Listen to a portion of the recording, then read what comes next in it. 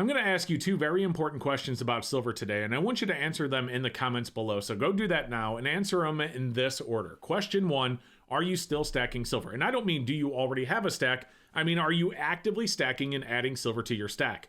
And then the second question is, do you believe silver price is manipulated? Now, the reason I'm asking you that second question is because many people comment on my channel and they believe that, in fact, silver price is. And take a look at what silver has done this year. And keep in mind, this year, 2023, where we've had crazy new war start, we have had massive inflation, we've had bank failures, we have people struggling to pay their bills and to put gas in their cars. And yet a safe haven asset like silver and gold as well, by the way, is not performing like you would expect it to in times of turmoil and in times of uncertainty like what we're seeing today. Let's take a look at the silver price. Right here, we have silver trading on January 2nd, the beginning of this year, for $24.10. Now, of course, as with any asset, we do have its peaks and valleys, dropping all the way down to $20.10 right before we saw bank failures skyrocket the price. It went from like $20 all the way up to $26. And then it quickly came back down. You know what didn't come back down during those times, though, is premiums. But taking a look at what's happened with silver, the people that argue that silver is manipulated, whether or not you believe that it is, they have a valid point. Again, 24.10, and then right now, you can see this number right here, 22.37. You can see silver is actually down almost $2 an ounce since the beginning of this year.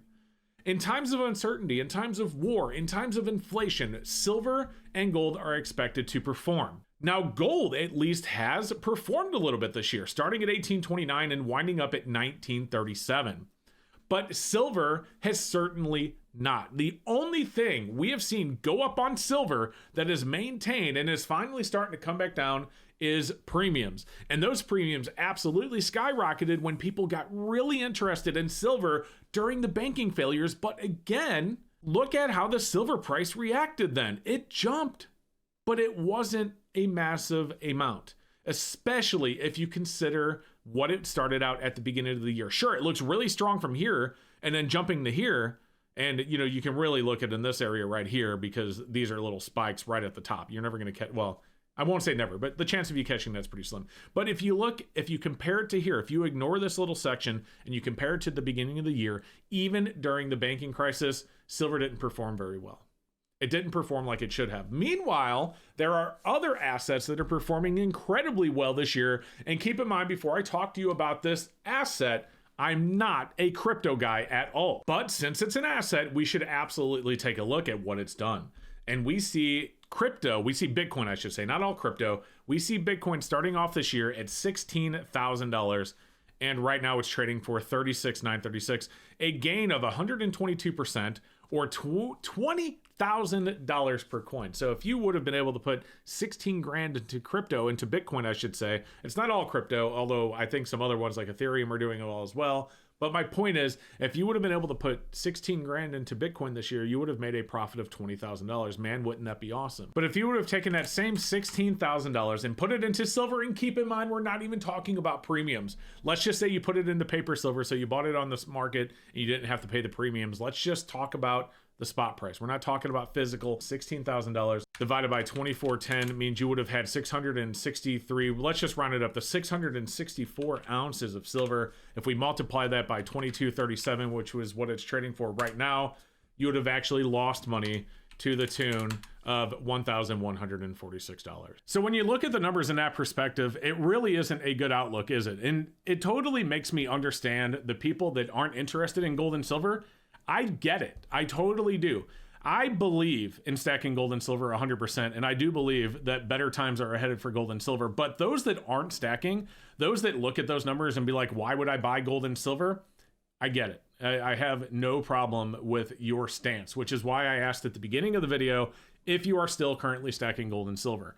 But personally, I do believe that there are better times ahead for gold and silver. I really do. But more so than that, I still believe in physical assets, gold and silver being my primary targets, of having real physical assets in your hand. The US dollar, regardless of how strong it looks on the DXY, doesn't look very strong in person, doesn't it? Gas prices are higher, food prices are higher, energy prices are higher. In fact, just this morning, Moody's lowered the US's credit rating from stable to negative. The US, regardless of how strong things look, compared to other global currencies, which is what the DXY measures, does not look very good in person. And so I don't like having all of my money in $2, and I don't like having all of my money in the cryptos. That being said, I think it's very important, and keep in mind, none of this video is financial advice at all, but I still think it's incredibly important that you diversify. In other words, you shouldn't go all in on gold or silver. You shouldn't go all in on crypto if that's what you believe in. You shouldn't go all in on Beanie Babies or tulip bulbs or Pokemon cards or Magic the Gathering or old rare video games that have been graded, from so-and-so company or whatever it may be. You shouldn't go all in on any asset. You should be financially responsible, making sure that you have money set aside, but also making sure that you have money out of the US fiat system in case we ever do get to a point that all of the people say that we are headed to, in case we actually do get there. So at this point in the video, you're probably wondering about one of those first questions where I said, do you believe silver is manipulated? And I hope that you answered below. If you haven't done so yet, do so now. And also make sure you're subscribed, guys. Help me continue to grow the channel. A lot of people watch my channel, aren't even subscribed yet, and I really appreciate that if you did. But anyway, do I believe silver is manipulated? And the truth is I do. Now, maybe not to the extent of some of the other people that you see saying that silver should be like $100 or $500 or $1,000 an ounce, but I do believe that silver should be in the 40s. Like if you base on inflation, what's going on in the world, and the price of basically just everything, and then silver's industrial applications and increasing industrial demand, I absolutely do believe silver is underpriced, and I absolutely do believe that it should be higher.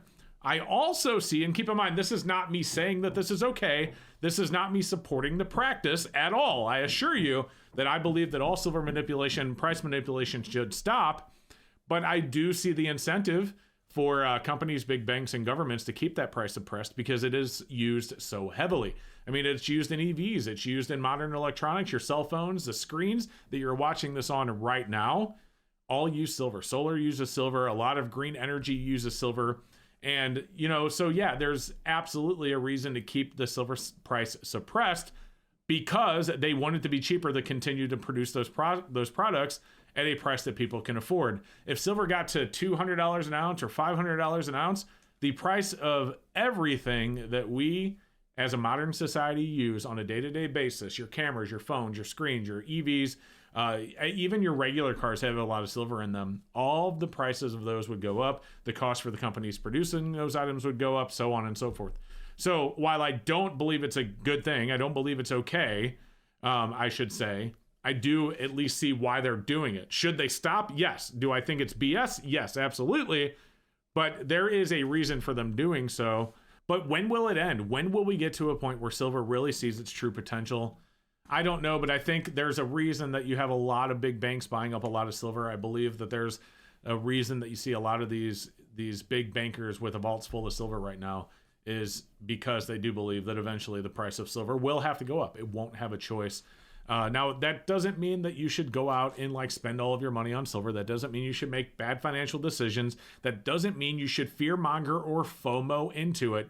But it is one of those reasons that I believe makes silver a good, very, very, very long-term investment. Don't buy silver today and expect to get rich tomorrow or next year or 10 years from now. Don't buy silver today and expect to get rich. Don't buy silver today and think it's never going to go down again. Don't buy it today and think that silver is never going to go below 20 because it absolutely could.